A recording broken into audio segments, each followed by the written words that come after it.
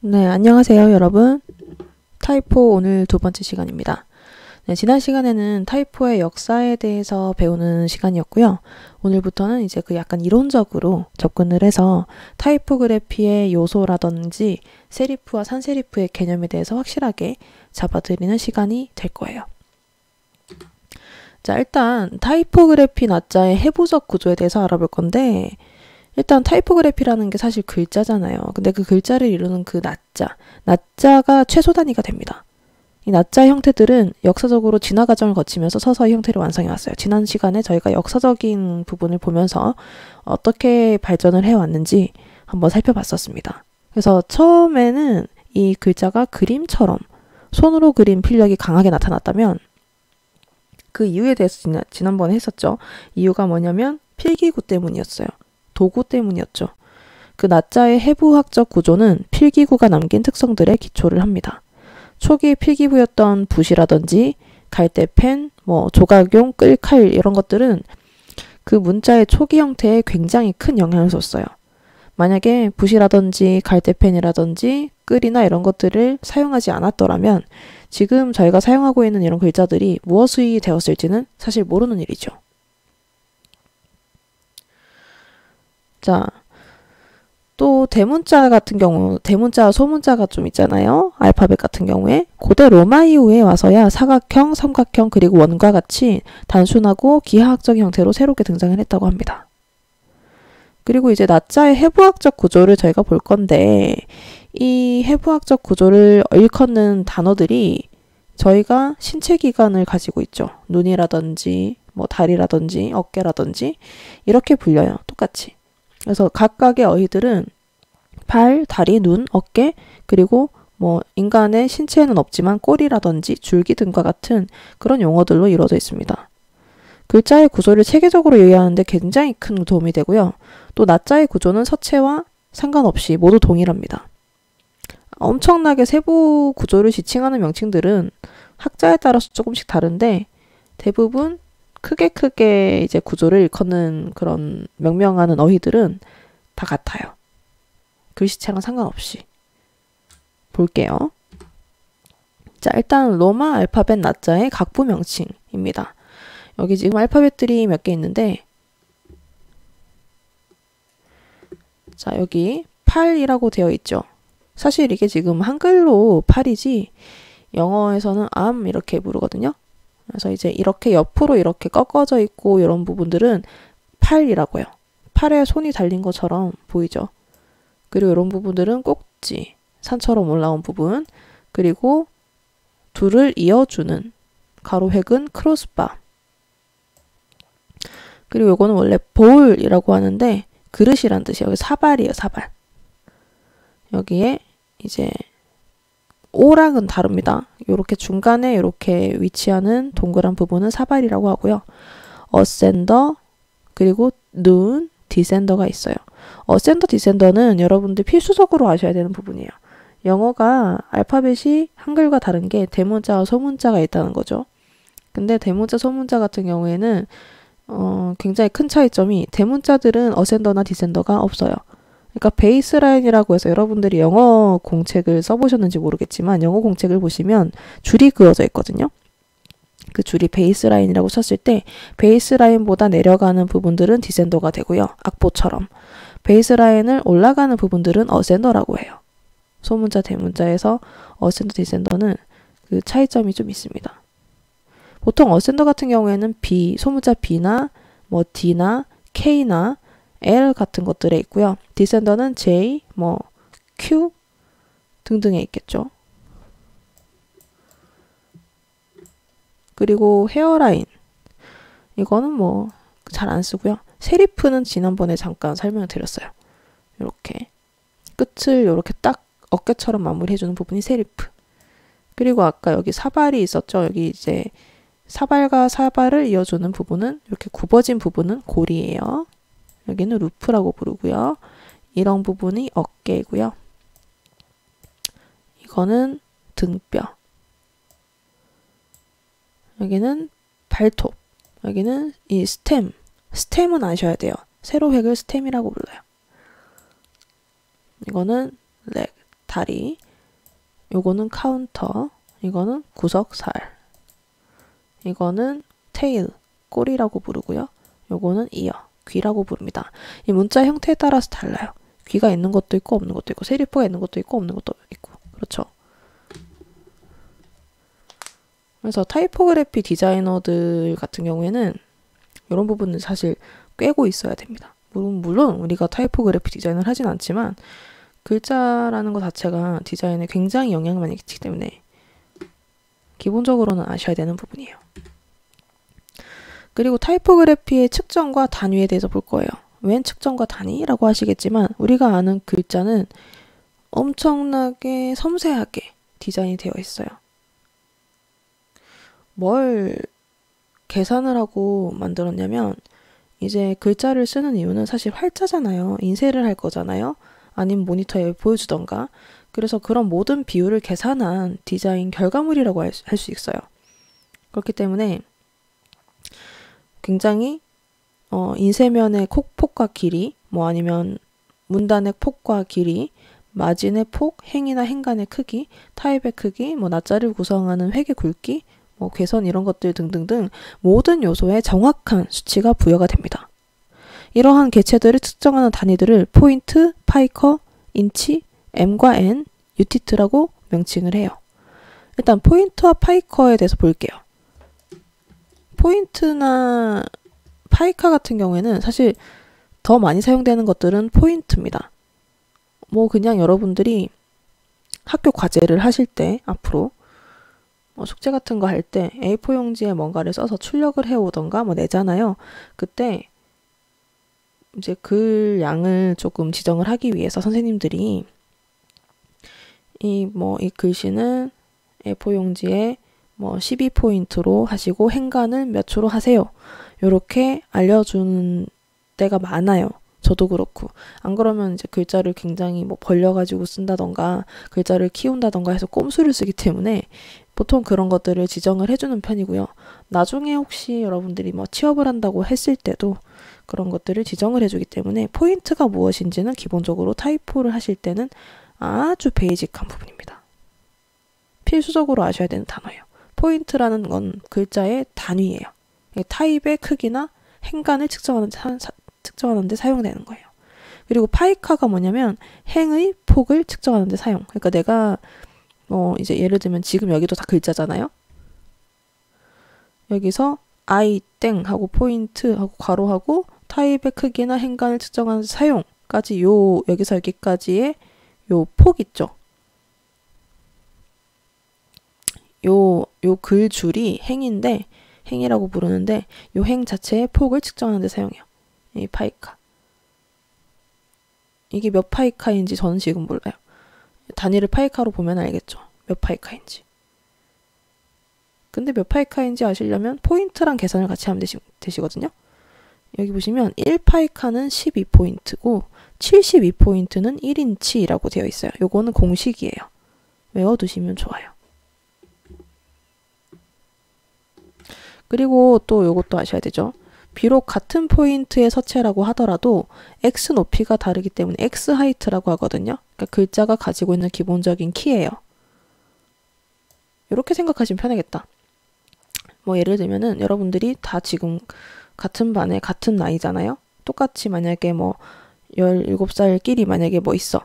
그러면 똑같은 17살이라도 키가 다 다르잖아. 사람마다. 그래서 이것도 똑같아요. 똑같은 포인트라도 내가 만약에 12포인트의 크기, 12포인트 크기의 글자를 썼는데 글씨체를 이리저리 바꾸다 보면은 글씨체마다 가지고 있는 기본적인 타고난 키가 달라요. 그 키가 X 하이트고 그게 X 높이라고 불러요. 그래서 타입의 크기는 서체에 따라서 같은 포인트라도 달라질 수 있습니다. 그거 아셔야 돼요.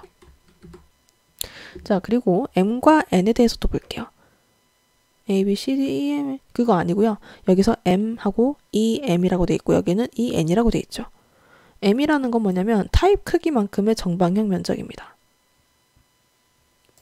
무슨 말이냐면 이게 똑같이 50포인트예요. 이 M도 50포인트, 이 J도 50포인트예요. 글자를 썼을 때 50포인트의 크기를 지정하고 글자를 쓴 건데 이건 대문자고 이건 소문자예요. 그리고 모양 자체도 M 같은 경우에는 넓고 J는 아무래도 날씬하죠. 폭이 좁잖아요.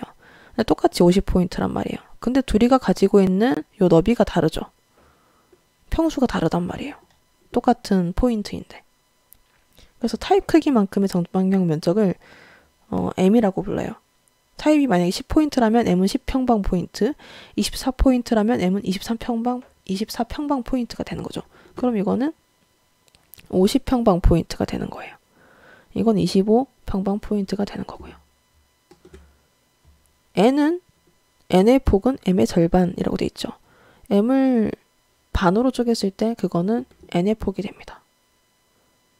그리고 유니트라는 게 있어요. 유닛이라는 그 자체가 여러분들이 왜 걸그룹이나 보이그룹 아이돌들 있죠. 유닛이라고 하잖아요. 이건 사실 혼합된 치수 개념이 아니라 M에 기초하는 단위거든요. 단위를 유니트라고도 부르는데 유닛 같은 경우에는 낮자마다 그 크기가 다 달라요. 왜냐면 M 자체도 타고난 크기가 숫자를 똑같이 부여해도 다르기 때문에. 이해 가세요? 그래서 M을 수직 방향에서 규칙적으로 나눠놓은 유니트는 트래킹이라고 불리고요. 이런 것들은 자간을 넓히고 좁히는 데 사용돼요. 1000유니트는 1M입니다. 이거예요.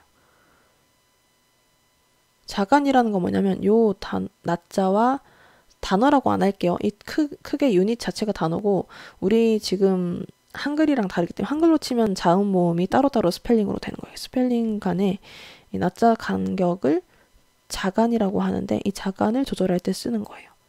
그게 유닛이에요. 그리고 모든 낮자, 구두점, 기타 부호들은 모두 다른 유닛 값을 가지고 있어요. 같은 낮자라 하더라도 서체가 달라지면 유닛 값도 같이 바뀌게 됩니다. 그러니까 UNIT라고 되어 있는 이 글자만 보시더라도 가지고 있는 그 너비라든지 키가 다 다르죠. 점을 찍어도 그 점도 가지고 있는 본인만의 그 평수가 있어요. 그래서 커서에서 이렇게 내가 점을 찍었을 때 점이 자기 자리만 가지고 있는 게 아니라 생각보다 넓을 경우도 있거든요. 그런 경우에도 이 유닛과 MN 때문이죠. 시각적인 변화를 일으키는 매개 변수 성분들은 그럼 뭐가 있는지 한번 보겠습니다. 매개 변수라는 거는 폰트를 패밀리로 파생시키는 재료예요. 이게 무슨 얘기냐 하면은요. 제가 여기서 프로그램 하나를 실행시켜서 보여드릴게요. 직접.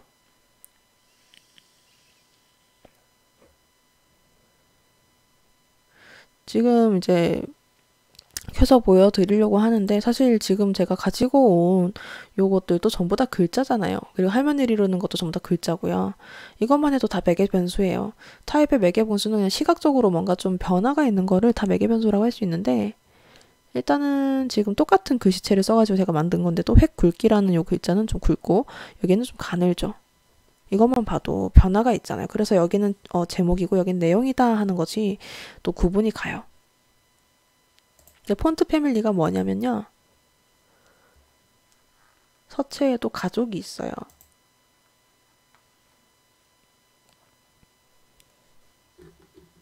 글자를 제가 써보겠습니다.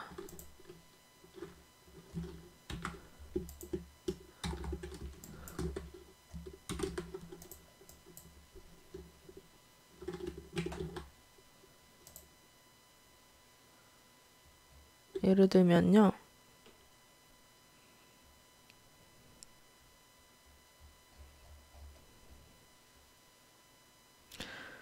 제가 윤고딕이라는 글씨체를 서체를 골라볼게요. 윤고딕이 이렇게 종류가 많아요. 이거보다 훨씬 많아요. 엄청 많아요. 수십 가지가 아니라 몇백 가지가 있어요. 가족이 그렇게 많은 거예요. 자, 똑같은 포인트 지금 12포인트예요. 12포인트고 복사를 해놓고 변화를 줘보겠습니다.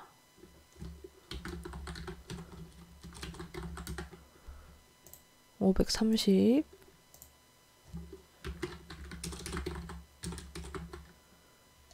540 550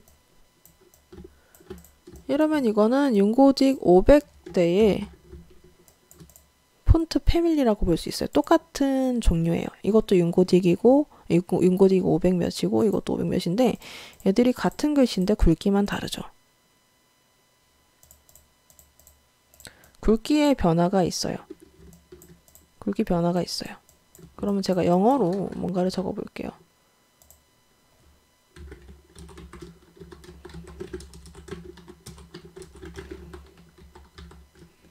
이렇게 글자를 적었습니다. 이거는 이제 영문 폰트를 제가 한번 써볼게요.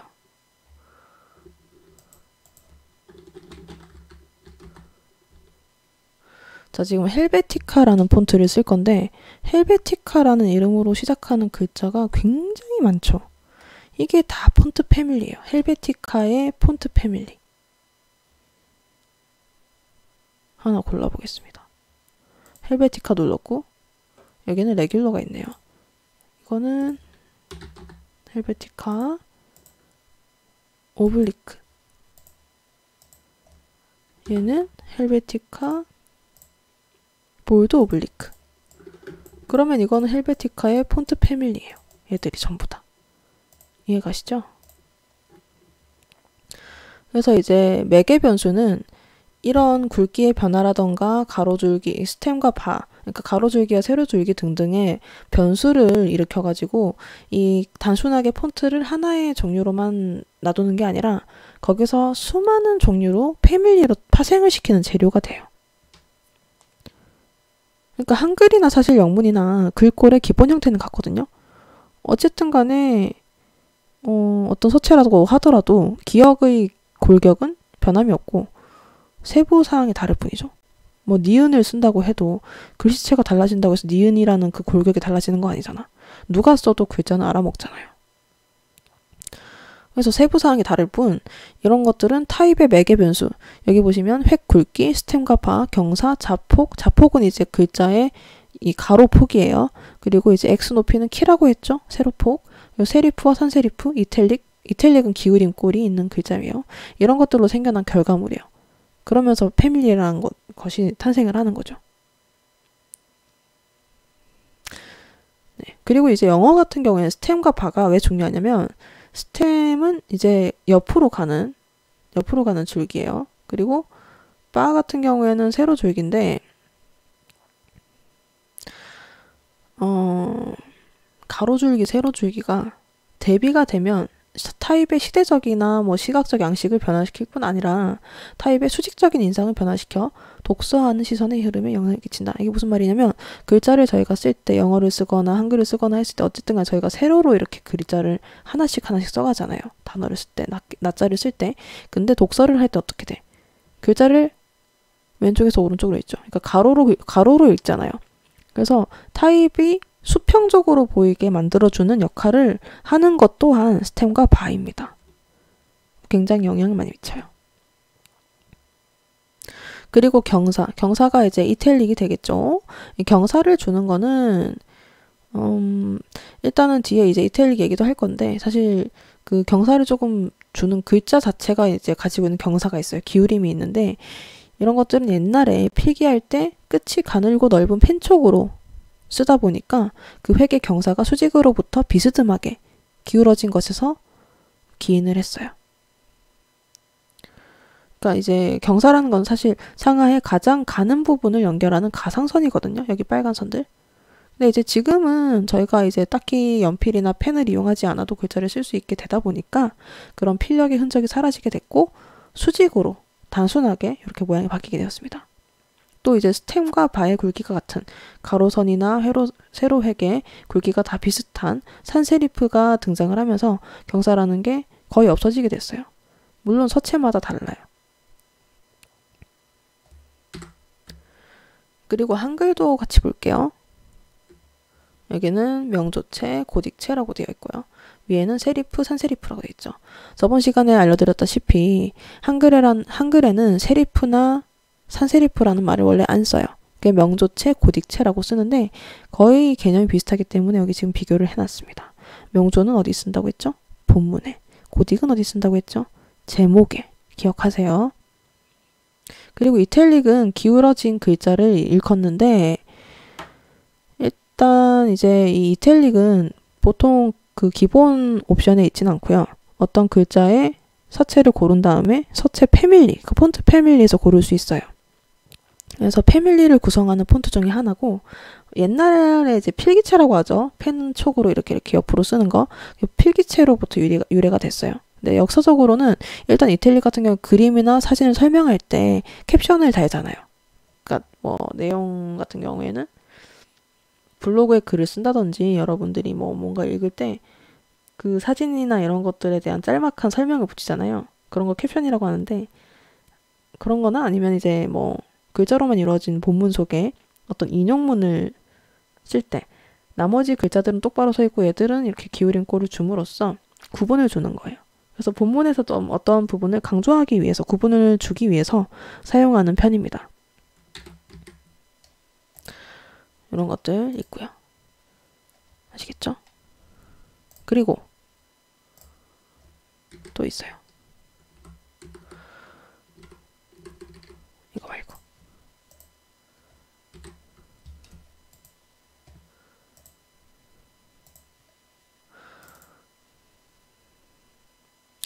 자, 이제 세리프랑 산세리프에 대해서 조금 뜯어볼 건데요. 일단 세리프라는 거는 글자를 돌에다가 새기면서 생겨난 게 유래였죠. 근데 그게 아직까지 살아남은 이유는 가독성이 좋아서예요. 그래서 본문에는 세리프가 있는 서체를 사용한다. 이렇게 말씀을 드렸고요. 좀 이제 세리프가 있는 서체 같은 경우에는 문자의 끝부분에서 이렇게 약간 장식적인 마무리를 하기 때문에 좋은 부분이 있고, 또 가독성을 높여주는 이유는 뭐냐면 시선을 한 문자에서 다음 문자로, 그러니까 A, B, C 이렇게 가잖아요. 영어 낱말 같은 경우에는 단어를 이루기 위해서 어떤 낱말들이 합쳐졌어야 되는데, 그래서 이 A에서 그 다음이 뭐가 올지 모르겠지만 이런 것들이 자연스럽게 가로로 시선을 연결을 해주면서 가독성을 높여주는 역할을 합니다. 그래서 한 문자에서 다음 문자로 연결을 시켜주는, 유도를 해주는 가이드 역할을 하기 때문에 읽기 좋은 문장을 만들어주는 하나의 부분이에요. 그래서 본문에 많이 사용된다. 이렇게 말씀을 드렸습니다. 자, 그럼 세리프의 종류에 대해서 볼 건데, 가장 대표적인 것들부터 볼게요. 좀 고전적인 부분부터 볼 거예요. 세리프에서 좀 대표적인 고전 서체 중에 지금 제가 지금부터 알려드리는 것들은 여러분들이 좀 메모를 해두시고 어디서 좀 다운을 받으세요. 많이 사용되니까. 일단 서체 종류 중에 올드 스타일이라는 게 있어요. 올드 스타일의 대표적인 거는 가라몬드 서체라고 해요. 가라몬드. 가라몬드라는 사람이 디자인을 해서 가라몬드라는 이름을 갖게 되었고요.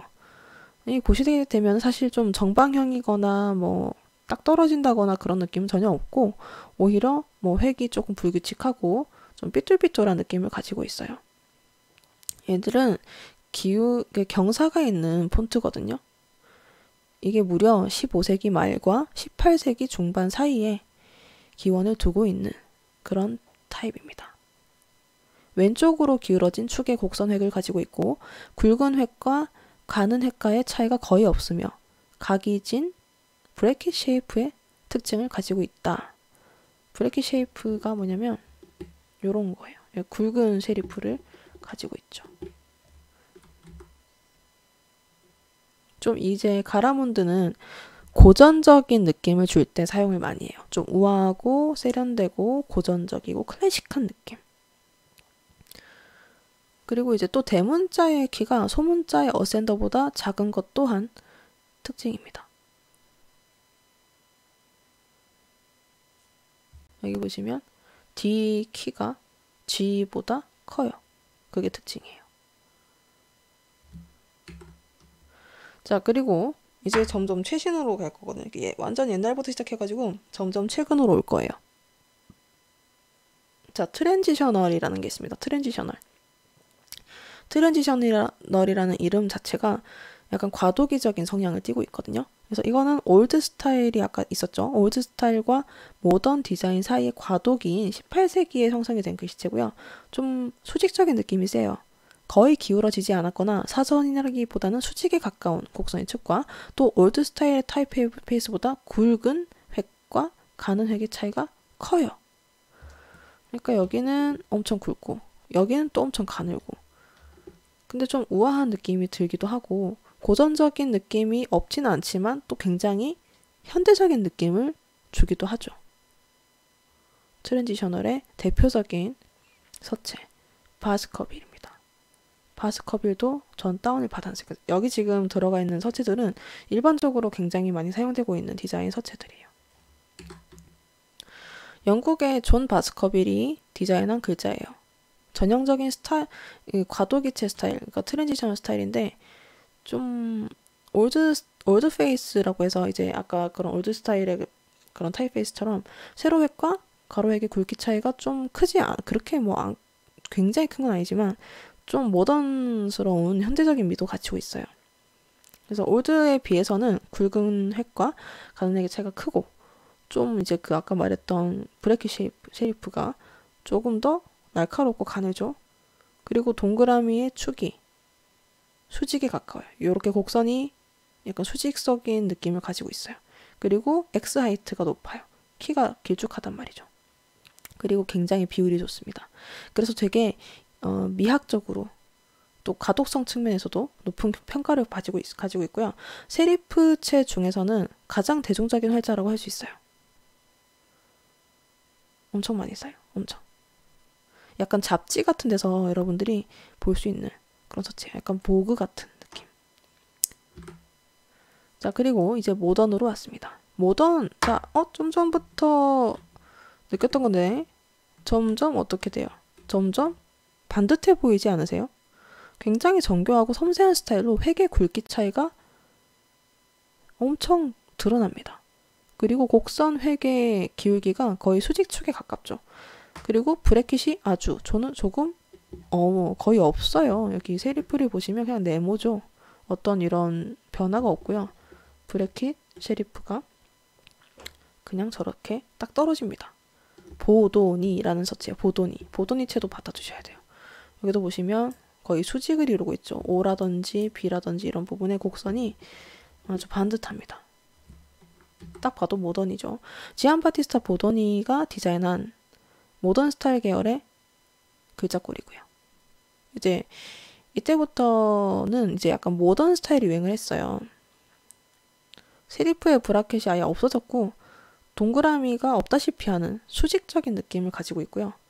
이 보도니체는 모던 스타일의 대표적인 활자거든요. 그리고 좀 이제 모던 스타일로 오면서 어떤 게 달라지냐면 좀 기하학적인, 그러니까 도형을 연상시키는 그런 서체들이 많아지게 됩니다. 근데 이제 이거 같은 경우에는 이제 수평보다는 수직적인 느낌이 강조가 좀 많이 됐기 때문에 어떻게 보면은 원래는 가독성이 떨어질 뻔했던 글자예요.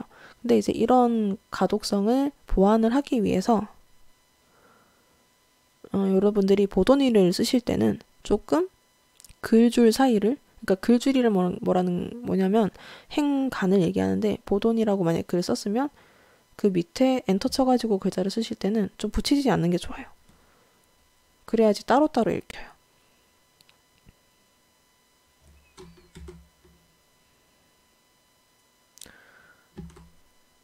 그리고 클라렌든도 보겠습니다. 클라렌든은 850년대에 유행을 했고요. 강한 수직축과 두꺼운 사각형의 브래킷 쉐리프가 있으며 획의 무게 차이가 거의 없습니다. 점점 두꺼워지고 점점 반듯해지고 그렇죠. 이집션이라는 이름이 붙여졌어요. 이집션. 좀 본문 서체에 보조적인 역할을 하는 그런 서체예요. 아직도 얘기가 많은데 약간 슬랩 쉐리프가 활자의 굵은 기둥과 직각으로 만나면 이집션, 곡선으로 연결되면 클라렌든 양식으로 하는데 무슨 얘기냐면 세리프 보고 구분, 여기가 되게 딱 직각으로 이제 돼버리면은 이집션, 요렇게 곡선으로 연결되면 클라렌든이라고 하거든요. 저는 구분이 잘 안 가요 사실.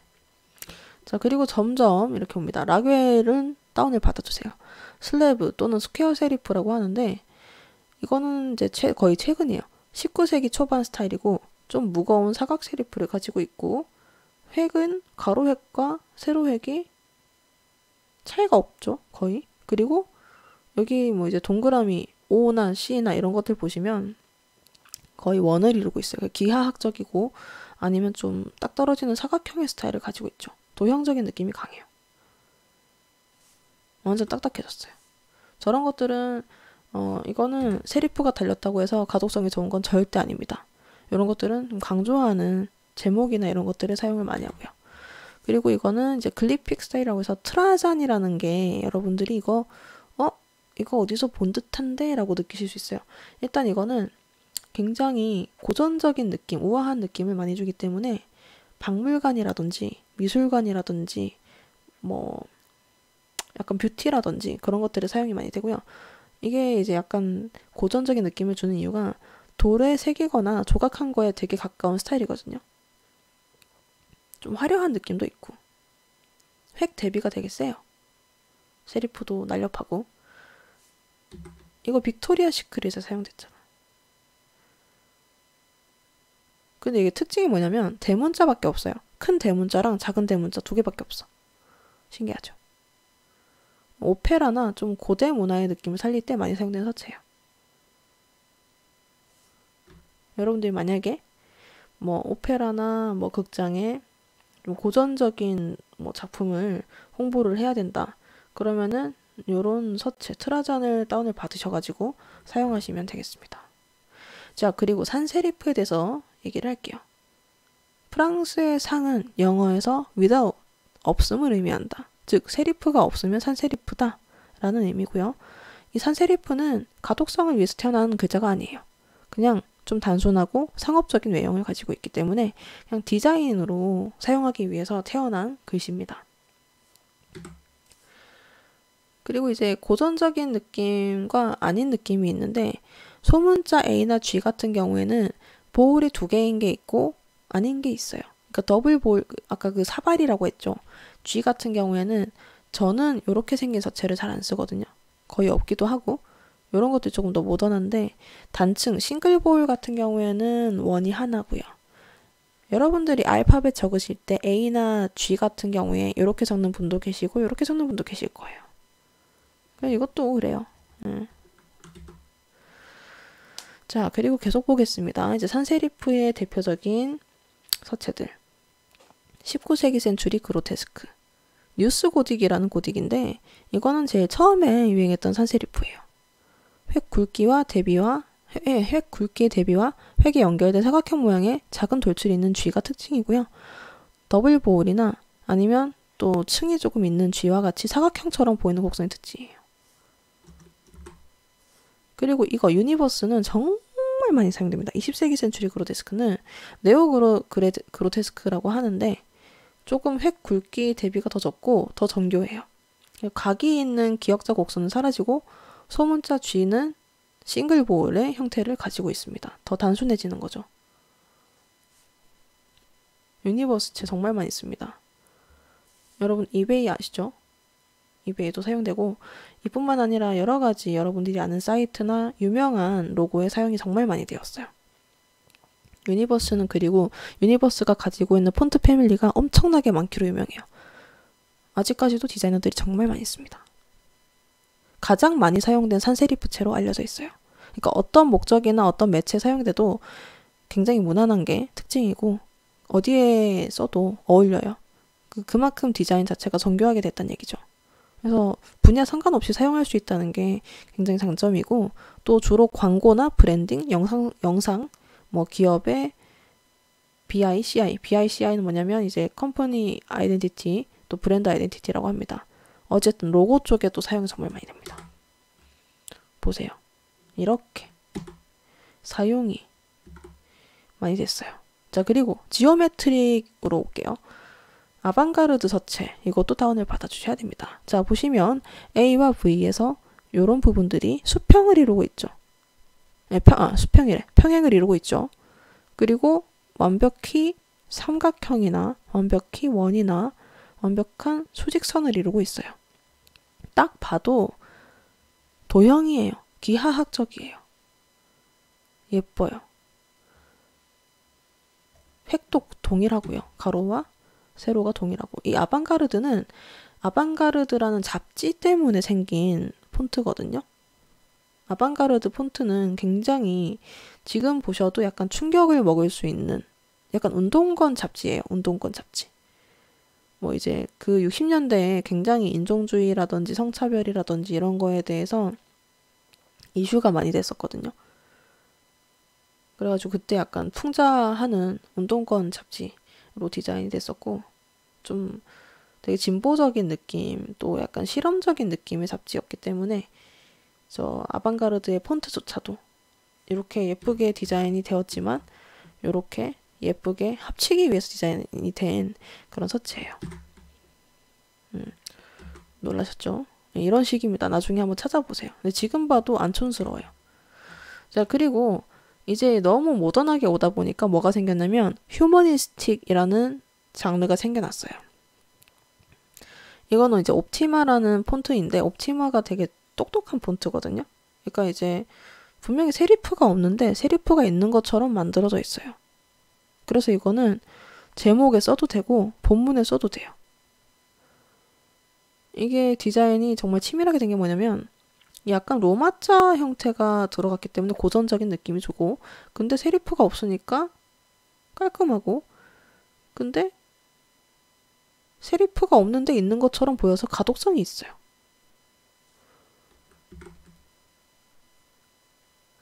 그러니까 이게 이제 디자이너의 표현에 따르면 세리프가 없는 로만서체의 디자인이래요. 현대적인 모습이 분명한데도 본문용어로도 문제가 없고 가독성이 있는 장점을 가진 서체입니다. 그래서 옵티마라는 건 정말 최적이라는 뜻을 가지고 있는데 최고의 서체, 최적의 서체, 어디에서도 괜찮다, 최선이다. 약간 이런 느낌을 가지고 있는 이름이거든요. 옵티마라는 거에. 근데 정말 그 최선의 선택들이 만들어낸 최적의 서체가 아닌가 싶다. 이렇게 또 평가를 했네요. 이 사람도. 그래서 좀 분명히 산세리프 체인데도 불구하고 기계적인 느낌보다는 고전적인 느낌도 가지고 있으면서 동시에 가독성까지 두 마리 토끼를 잡았다고 볼 수 있는 서체입니다. 그리고 나머지는 이제 스크립트라고 해서 스크립트는 그냥 손으로 희귀하게 쓴 거 약간 이제 낙서 같은 것들 있죠. 그러니까 딱 정할 수 없는 것들 있죠. 그런 것들 그냥 다 스크립트라고 해요. 그러니까 대부분 캘리그라피나 뭐 손글씨에서 파생이 됐고요. 그냥 종류가 너무 많아요. 그러니까 뭐 지금으로 치면은 저기 배달의 민족에 무슨 채 해가지고 아니면 카카오 여러분들 하잖아요. 카카오톡에도 보면 무슨 할머니 채 이렇게 있잖아요. 그런 이제 직접 사람이 적은 거 가지고 폰트로 이렇게 분류를 해가지고 쓰는데 그런 것들 다 스크립트 채입니다. 스크립트에 어떤 뭐 M과 N 이런 것들이 분명히 존재를 하겠지만은 약간 낙서같이 보일 수 있어요. 자, 그리고 그 스크립트를 지나서 약간 이제 이런 것들을 포멀하게 약간 정리한 서체입니다. 약간 우아하고 지금 이거 같은 이제 비캠이라고 해서 그냥 명함이라든지 약간 우아하고 좀 장식적으로 사용할 때 그냥 가독성은 그냥 그래요. 스크립트로 치기도 해요. 예, 필기체로 쓴 것 같은 느낌을 줘요. 나머지도 다 스크립트입니다. 캘리그라픽은 완벽한 손글씨고요. 그리고 블랙레터. 블랙레터는 여러분들이 이거 어디서 많이 봤죠? 맥주. 아직 맥주에 대해서 여러분들이 아시면 안 되지만 그 광고나 이런 데서 많이 보셨을 거 아니에요. 하이트, 카스 이런 것들에도 사용이 많이 되는데 이건 옛날에 이제 성직자들이 품고 다니는 그 성경이나 고서나 이런 예배 문서 있죠. 그런 것들에서 진화가 된 금속 활자에서 파생된 폰트라고 볼 수 있습니다. 그래서 이제 대문자가 굉장히 화려하고 굵은 게 특징이고요. 또 가로획과 세로획 그리고 세리프라고 볼 수가 없겠지만 끝 처리가 저렇게 날카롭게 된 게 특징이에요. 또 굉장히 각이 져 있어요. 되게 화려해요. 이런 것들은 타이틀링 폰트라고 부릅니다. 헤드라인이나 제목을 위해서 태어난 애들이고요. 큰 사이즈의 폰트에 가장 적합하도록 크기나 비율, 디자인의 세부적인 부분이 개선이 된 그런 애들입니다.